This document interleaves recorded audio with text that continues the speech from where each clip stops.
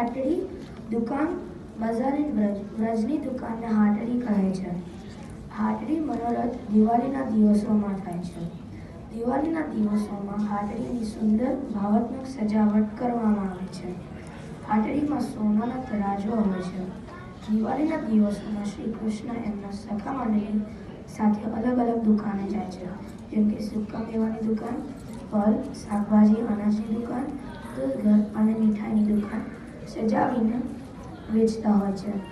યશોદાજી નંદનંદનને દુકાનમાં બેસાડતા, માલા સજાવતા અને શ્રી ઠાકોરજી પોતાના નાના કોમળ હાથથી મેવા, મીઠાઈ, ફળ જેવી વસ્તુઓ વેચતા અને ભક્તોને બોલાવતા.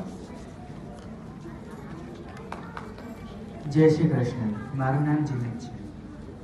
ભક્તો શ્રી ઠાકોરજીના હાથે પ્રસાદ લેવા માટે દોડતા જતા હતા.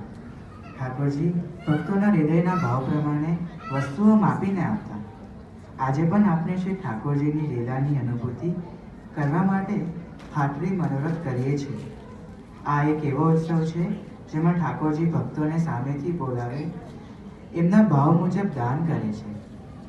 તમારે બધાને હાટડીના દર્શન અહીંયા કરશું.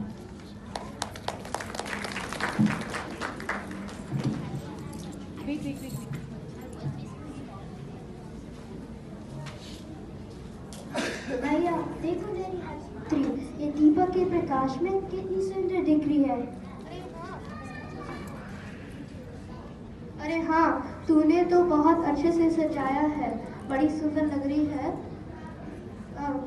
सारे ब्रजवासी देख के बहुत पसंद होंगे, सबको अच्छे से बताना.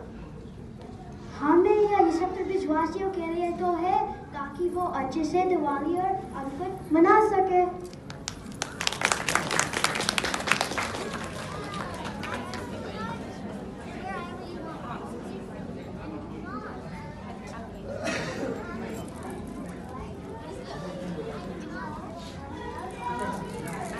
शंकर सर,